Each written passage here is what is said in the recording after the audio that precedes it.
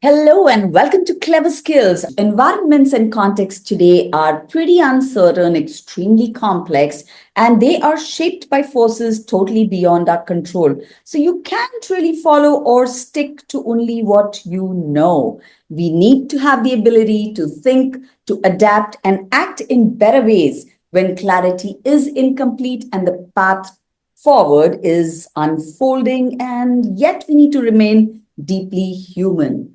With that very short introduction of our clever skills topic today, I am going to welcome Lynn Cazaly. Hello, Lynn. Hello, Sarika. Thank you for the invitation. I am so delighted to have you here. And of course, the topic is so intriguing, clever skills, right? It's just amazing always to talk to you, but today is going to be even more amazing. So let's maybe just get thinking about clever skills, which is, of course, it's also your book, but I think it's that idea of clever skills. And I'm curious what perhaps you started noticing, that led to Mm, the whole idea of clever skills. Where's it stemming mm. from? I think it stemmed through my whole career, picking up as I would go to a new industry or a new sector, and I would take my communication skills with me, and I would then quickly get up to speed with that new sector. So I got to work in health, sport, media, arts, government, education, training, film. I got to work in all these sectors, and each time I would move to a new sector, but taking my communication skills with me, was how do I adapt into this new market all the time? What's going on? What am I doing? And to me, it was, I think I'm using a range of skills to find out things, to be able to cope with the new environment, to be able to adapt to the new culture or adapt to the new industry.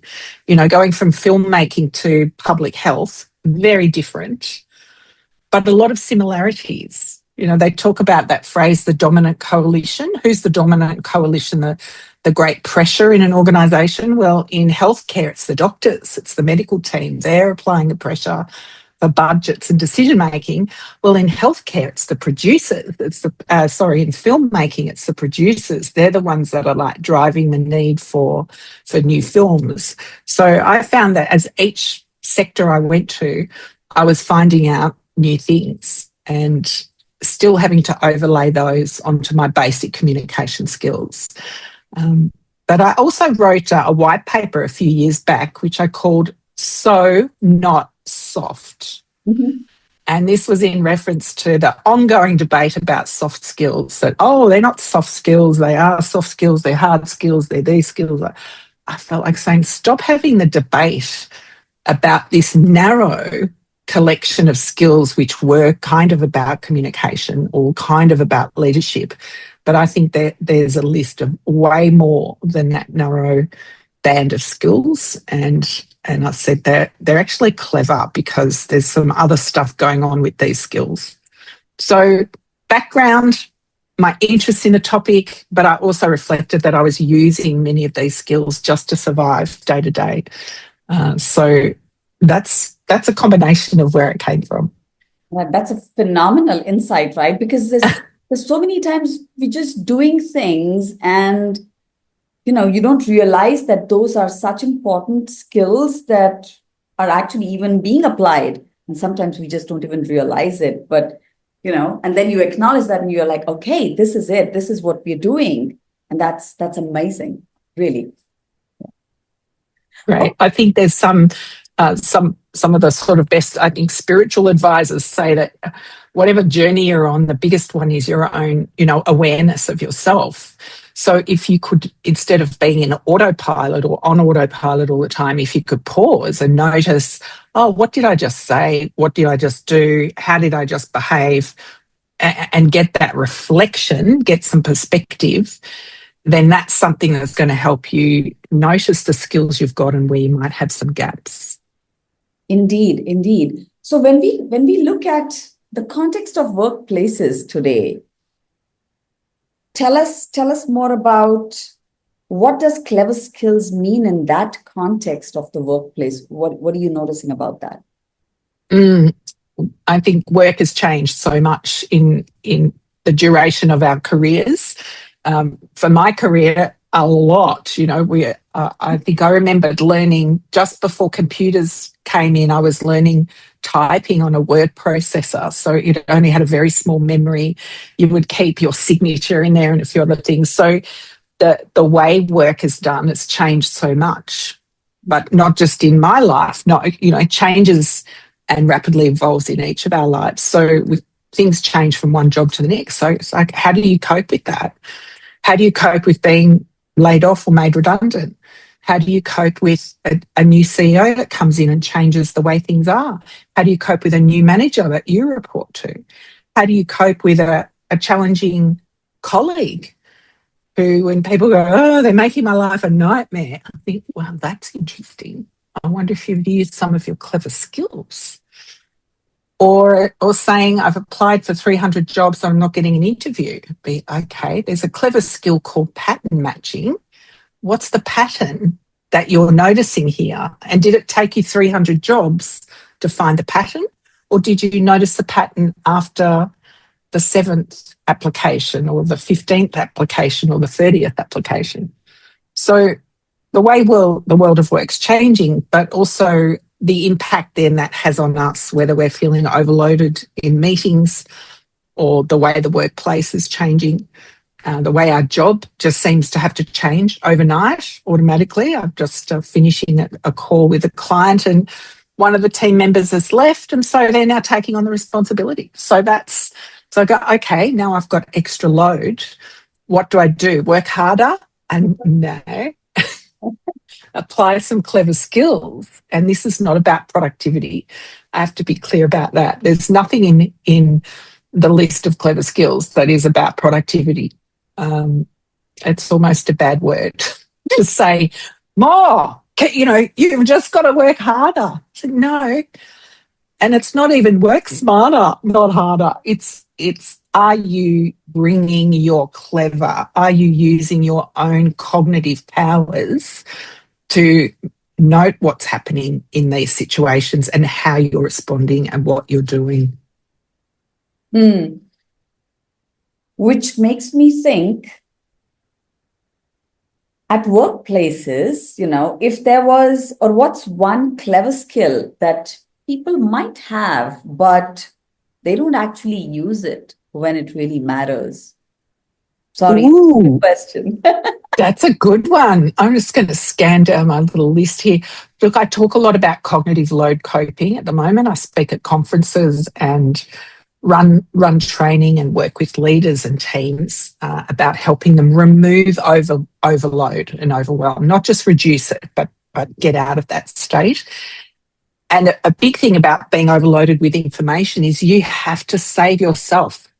No one's coming to do this. AI is not making this easier. It's actually making it harder.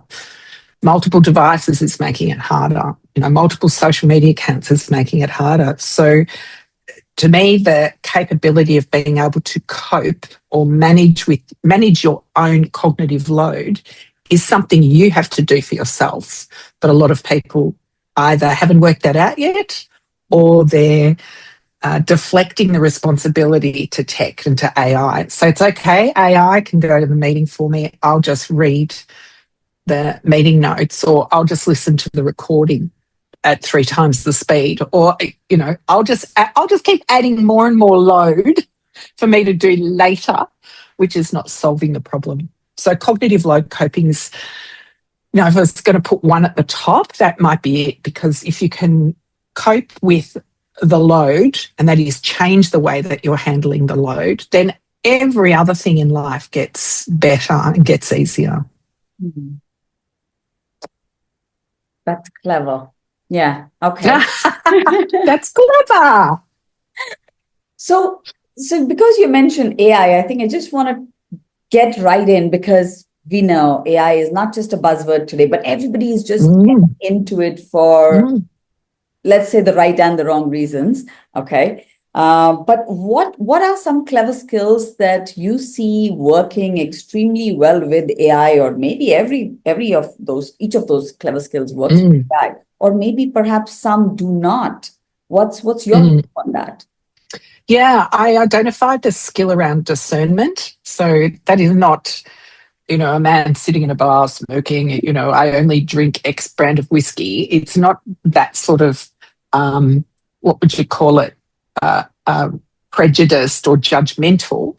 But discernment is before you make a decision, is really choosing what am I going to do or what am I going to follow or what am I going to pay my attention to. So for AI, discernment is a powerful skill because you're going to decide, and I talk about in the book, whether you're going to do all of the work, you're going to get AI to do all of the work, or you're going to play together, that you're going to do some things and AI will do others. But the discernment and judgment and choice comes in about which things will you do? Which things will you let AI do? And we can all come up with a different answer because some will say, oh, I'm not so creative, so I'm letting AI do that. Or I'm hopeless at mapping out a project plan, I'll get AI to do that. For me at the moment, I love using AI as a sounding board and going, here's some of the things I've already thought of, which some of the recent research has shown that if you can start with information and then let AI bring its clever, then you're going to come out with a better result than if you go directly to AI. So don't start with a blank page for AI, but for yourself, start with a blank page and put some initial thoughts down. So I would say discernment and then decision making. Discernment particularly is you choose which pieces, which activities, which tasks you're going to do and which ones you'll outsource to AI. Yeah, and because I read your book, I am going to disclose one thing because so first of all, yeah, of course, it's amazing to read every piece, and because I'm authoring a book myself, everything is such a big learning from you, Lynn. Oh, great. It's amazing. You're an inspiration yourself, but the learnings that I'm getting from your book, not just the content, but your approach to writing is phenomenal. Okay. So thank you for that. Thank you.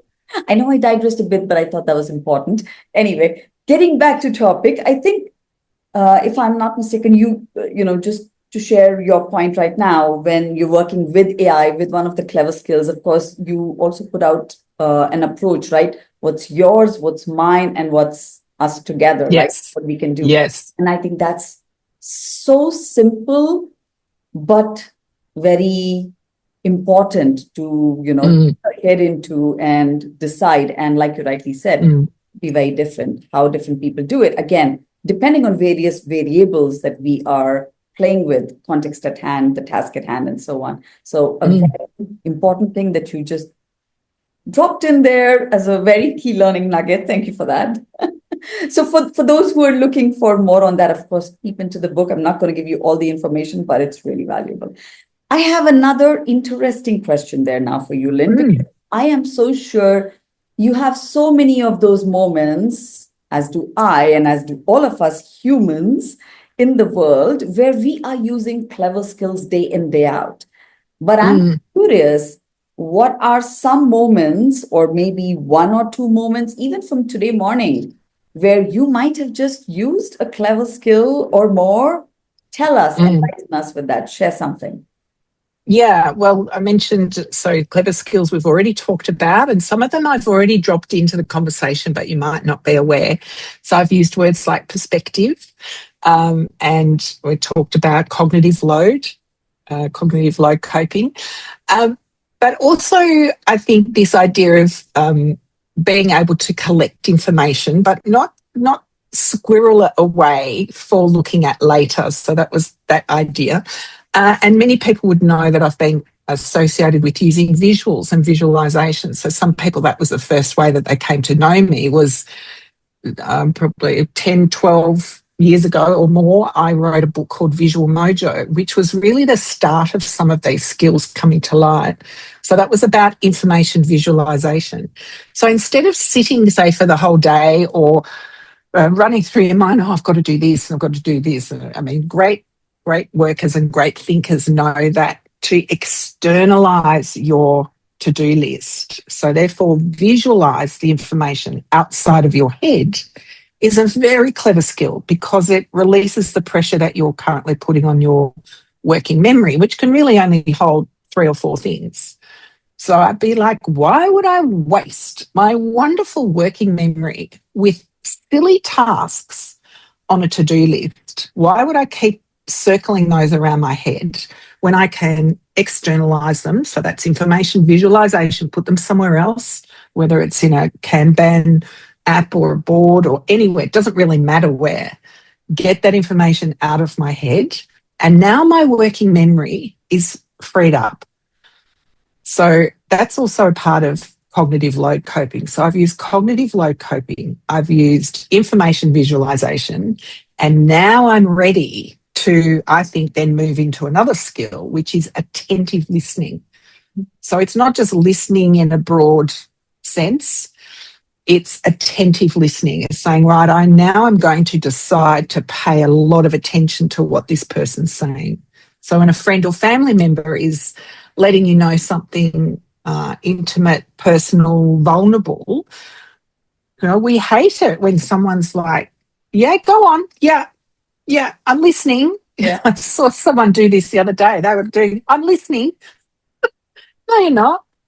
I said, it's okay, I'll chat to you later. No, they put their phone down. So we've got this incredible split attention and we're addicted to our devices. So if I can begin to manage my own load and be a little bit more discerning about where I'm putting my attention, and I can visualize some of the information that I don't need to carry around, then I'm going to be much more able to listen way more attentively, not forever, but just for a focused amount of time in a conversation that really matters.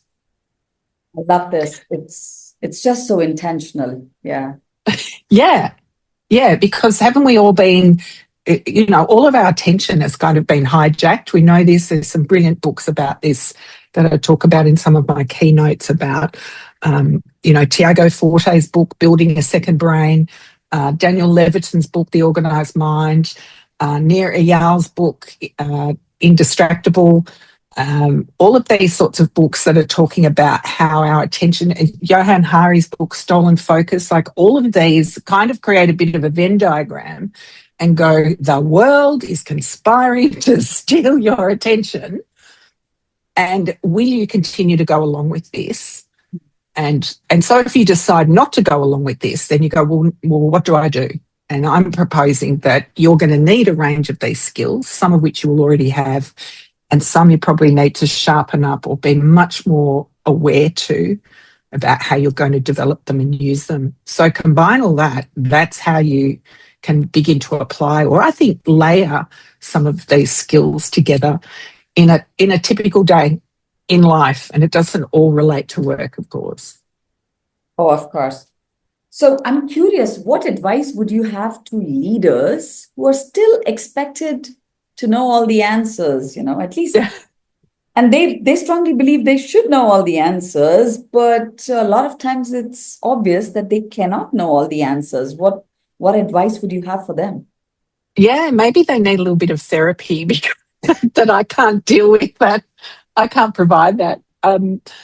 Because if they're still thinking that they have the answers, like that's quite an outdated mindset, isn't it, of what leadership is, that they probably need to upgrade their definition of leadership and they need to get into the current day thinking about what leadership is. So that's the first thing I do. And one of the skills I talk about is self-directed learning. So if they're sitting there waiting for their employer to develop them as a leader, well, that's not very clever, because my view is your employer is doing everything they can to avoid developing you. Like they are not pro-development. I know many people would go, oh, but my employer is. I'll say there'll be a lot of theatre going on about the development that they are showing you that they're doing. But they are, all companies are having reduced budget cuts around development and training. They've had to reduce, marketing budgets. They've reduced their headcounts. Don't think that they're reducing headcounts and increasing their training and development budget. They're not. So self-directed learning, which has been around for a long, long time. Recently the blinds, the roller blinds in our living room here it fell down. And my husband looked at it like he's no handyman. So what do? Do you get on the phone to someone and say, my blind's broken, I need a new blind? I think, no, I don't come from that kind of upbringing. My family's upbringing, my dad was an engineer, a very resourceful engineer, motor mechanic, diesel engineer, lecturer, and he used to draw little pictures of how diesel pumps worked. He was doing that in the 1970s when he was lecturing and training. But he would have nutted it out. You know, he would have had a look at the blind, unravelled it, had a look at the mechanism. How does this thing work? Now we can just Google and have a look at a YouTube video or ask AI. The roller blinds in my house have fallen off. Can you tell me how to fix them? So I didn't use AI, but I did use YouTube directly, watched a video. I got it. A screwdriver, went over, opened it, unravelled the blind, put the end on, rolled it up, and we put it back in the hooks. Great big, huge, long blind. Oh, no, the cable's round the wrong way. Okay, take it down, switch it around, put it back up. That blind is still there. That blind is still there. It's working. That, to me, is resourcefulness, cleverness, self-directed learning. I can learn this. I can remedy this. Not all on my own, but I can direct my learning and my skills development and not outsource that. So be discerning, there's one skill, and self-directed learning. Be discerning about your own learning and development rather than waiting for your employer to develop you.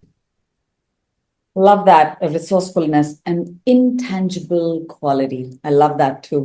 So it's just amazing. And I'm taking a lot from this conversation. I'm just cognizant also of the time. So I'm taking a lot from this conversation already. I don't know what our listeners and viewers are going to take away, but there's so many learning nuggets out here. And maybe I'm just going to throw this amazing quiz at, closer to the end now, like, there are at least, if not more, because I've been listening to 1, 2, 3, 4, 5, 7 minimum clever skills that Lynn's already mentioned. So I'd be curious for those listening and watching this. So if you can even list out which clever skills you've been listening to or watching and hearing Lynn talk about, put that in the comments below. And I'd love to hear which clever skills you guys are taking away. So for me, interestingly, I think everything that you're saying, Lynn, is pretty connected. All the clever skills, they're in a way also connected to each other. I mean, it's a very systems thinking view, I would say, I'm taking out of what you said. And as far as I'm seeing, none of these clever skills I will ever find put up on a job description. And I think you say that out loud in your work. So I want to highlight that. No, it's not just there on the job description, which is obvious. But we are using a lot of these every day to constantly navigate the uncertainty and complexity of day to day, right? And I think being intentional is what I'm taking away from this conversation. If we can be more and more intentional in doing this, we'll probably be better equipped for the uncertain and super complex future. That's yes. Yeah. But now I'm also curious, what might be one or more things or a shift that you think our viewers and listeners can take away specifically from clever skills? I think it's got to be a growing list, because I talk about the unfolding future that we don't know what's going to happen. And from the first, when I started writing the book, it changed. So, and I lost interest in it. And lots of things happened in life. I was like, what, I've got to put this thing down. I didn't see the unfolding future as it was unfolding. And I didn't know I was going to lose interest in the topic or the book's theme.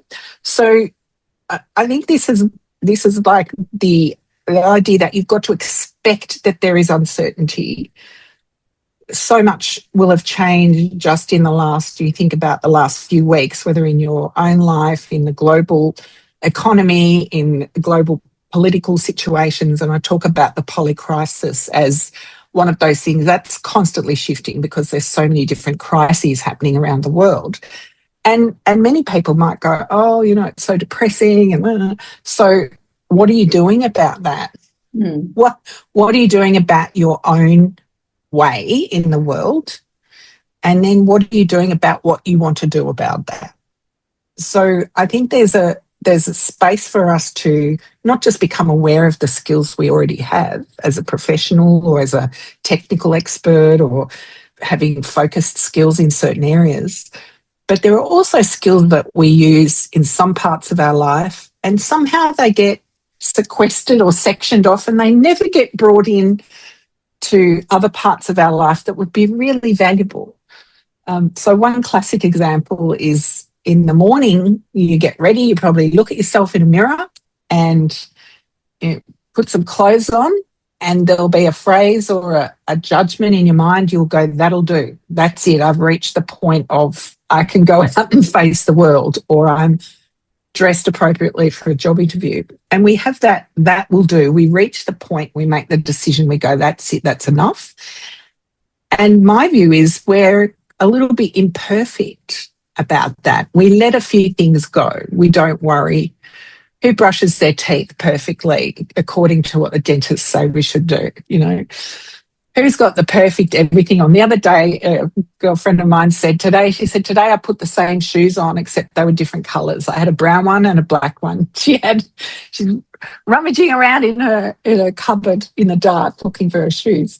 And did anybody notice? No, she saw it on the train on the way home. So she didn't realise that she'd been wearing different shoes. So the imperfection is huge. Our ability to continue to survive and live and exist and function well while being imperfect is huge. If we allow it with how we look or what we cobbled together for breakfast or lunch, allow it in other parts of your life as well. We can have this persona of everything's rough and ready at home, but then when I'm in work mode, oh no, I expect the highest standards. And I'm like, who are you? If you're going to allow those sorts of things at home, why don't you allow those sorts of things at work? Why aren't you a little easier on your team?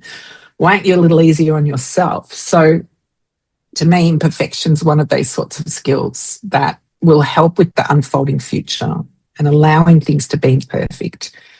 We use it every day, but I don't think we use it enough in the workplace or with leadership or with collaboration. For example, one skill in particular.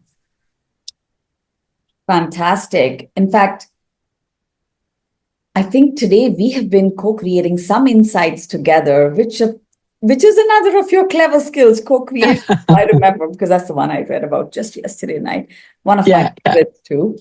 And it's amazing to see all these clever skills at work from you. So if I had to ask you, Lynn, as we wrap up this conversation now, if there was something else that you'd like to leave our viewers and listeners with, something that we didn't cover in today's conversation, perhaps, and you definitely wanted to share something and it didn't come out through our questions, what might that be? Originally I had 48, nearly 50 skills in the book and I slashed. So I edited, right? I was discerning about get out. And one of the skills that didn't make it, but is still needed, and I think it's one of the most valuable in these times, is the skill of agency or sovereignty. So the skill of for ourselves, not egotistically, but to know that you have a power individually to make decisions about who you are and what you're doing. I was speaking to a colleague earlier and they were talking about a relationship and they said they were waiting until their partner did blah, blah, blah and said blah, blah, blah and until their partner had decided blah, blah, blah. And I said, what about you?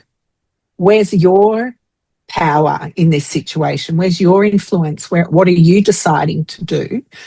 Because pushing that power over to the other person to say, well, it's all up to them, that's giving away your agency and your your power and influence and sovereignty. So I think above all of this is to be careful that you don't kind of get swept along or sucked up into someone else's world that you're not really okay about, and that you do have powers and skills that you're able to kind of steady things out and make choices and decisions for yourself. So they'd be some skills or some awareness that I think we can all do with in these times, to don't be overly influenced or overly directed by someone else's power.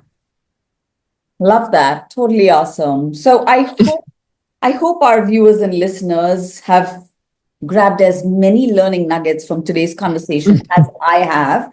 And hopefully I'll even, write these out for myself, because that's just for me. But yeah, we definitely need to have that ability to adapt, to think differently, to act in better ways when we know that the path ahead us is still unfolding. We don't know what we don't know. And work with things like AI and stay deeply human at the same time and be intentional at all points in time. Thank you so much, Lynn, for this very unfolding conversation in so many great ways. Some planned and many not planned, but this was really amazing. So thank you so much. Thank you, Sarika. Thanks. Thank you, everybody. We'll see you yet another episode really soon. Hope you enjoyed this conversation and grabbed some learnings. Do tell us what you loved about this in the comments below. I'll see you at yet another episode. Bye for now.